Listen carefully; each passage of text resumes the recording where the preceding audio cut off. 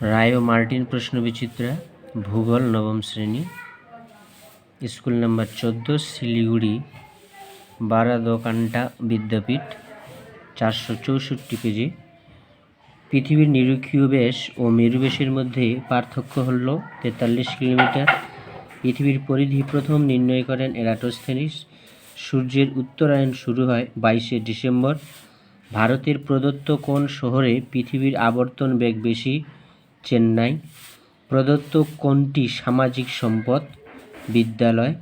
তালচের কয়লা খনিটি কোন রাজ্যে অবস্থিত? ওড়িশা। ভারতের প্রাচীনতম তৈলখনি ডিগবয়। মহাবিষুব বলা হয় ড্যাশ তারিখকে?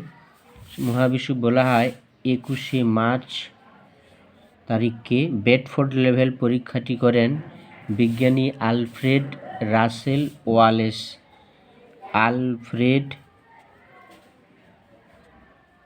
রাসেল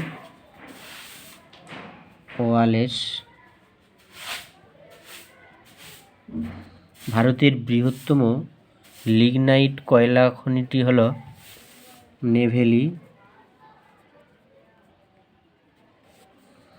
শুদ্ধ অশুদ্ধ। উচ্চতা বৃদ্ধির সঙ্গে দিগন্ত রেখার পরিধি ক্রমশ হ্রাস পায়। অশুদ্ধ।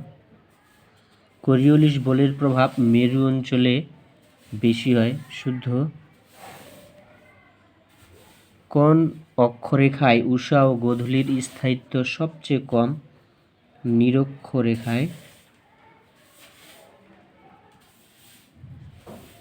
একটি অদ্বিতীয় সম্পদের নাম লেখো।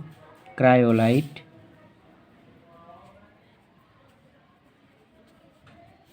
কয়লার উৎকৃষ্ট শ্রেণীটির নাম কি? অ্যান্থ্রাসাইট।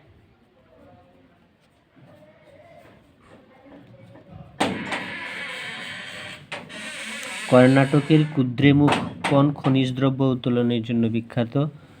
আকরিক লৌহ।